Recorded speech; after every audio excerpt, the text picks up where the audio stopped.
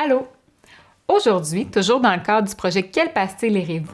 Je vous présente 3 ouvrages littéraires auxquels j'attribue la pastille décor et ses attraits actuels et modernes, réalistes et historiques.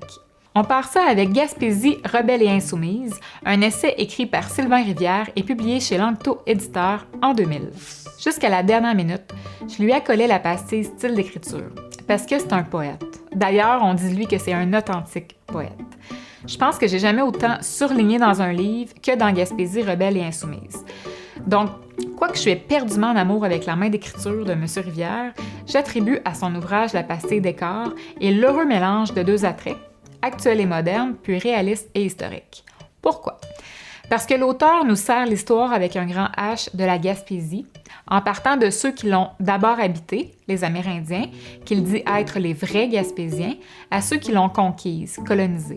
C'est un essai qui nous permet, en tant que lecteur, de lier l'histoire collective à celle plus personnelle de l'auteur, puis à la nôtre, qui fait écho. En lisant Gaspésie, rebelle et insoumise, j'ai ressenti à la fois une impression de proximité avec l'auteur et avec ma Gaspésie, pour qui j'ai un profond attachement.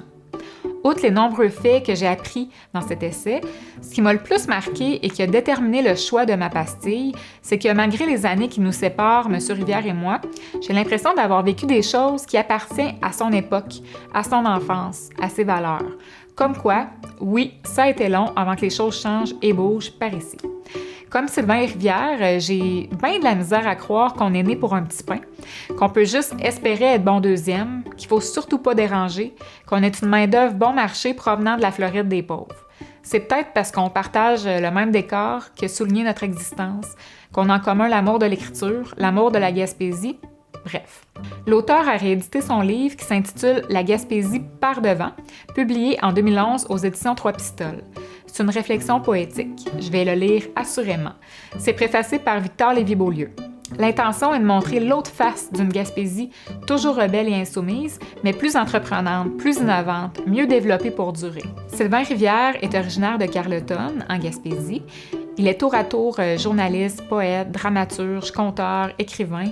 Il a publié de nombreux livres pour lesquels il a reçu de nombreux prix. Je ne l'ai jamais rencontré, je lance ça dans l'univers virtuel des internets. Enchaînons dans le même esprit de décor avec Antime et autres récits, recueil de nouvelles écrit par Bernard Boucher et publié chez l'Instant même en 2014. Bernard Boucher choisit la Gaspésie du Nord pour asseoir 20 courts récits. L'auteur s'est dissous dans le narrateur pour raconter des espèces d'histoires agrémentées, des souvenirs, des bribes de réalité, maquillées pour qu'elles soient plus belles, plus intéressantes, plus poétiques. Au travers des histoires de Boucher, il y a l'histoire d'un Québec en transformation, un Québec pogné entre ses traditions et l'ère moderne. Le recueil est une immense fresque de personnages gaspésiens, certains fictifs, d'autres qui ont véritablement existé, comme par exemple Esdras Mainville, Francis Pelletier et Roland English. Comme personnage fictif, mon préféré c'est Marcel, dit Babine Fleury. Dans ce texte-là, on y expose un contexte d'intimidation causé par la différence. C'est très actuel.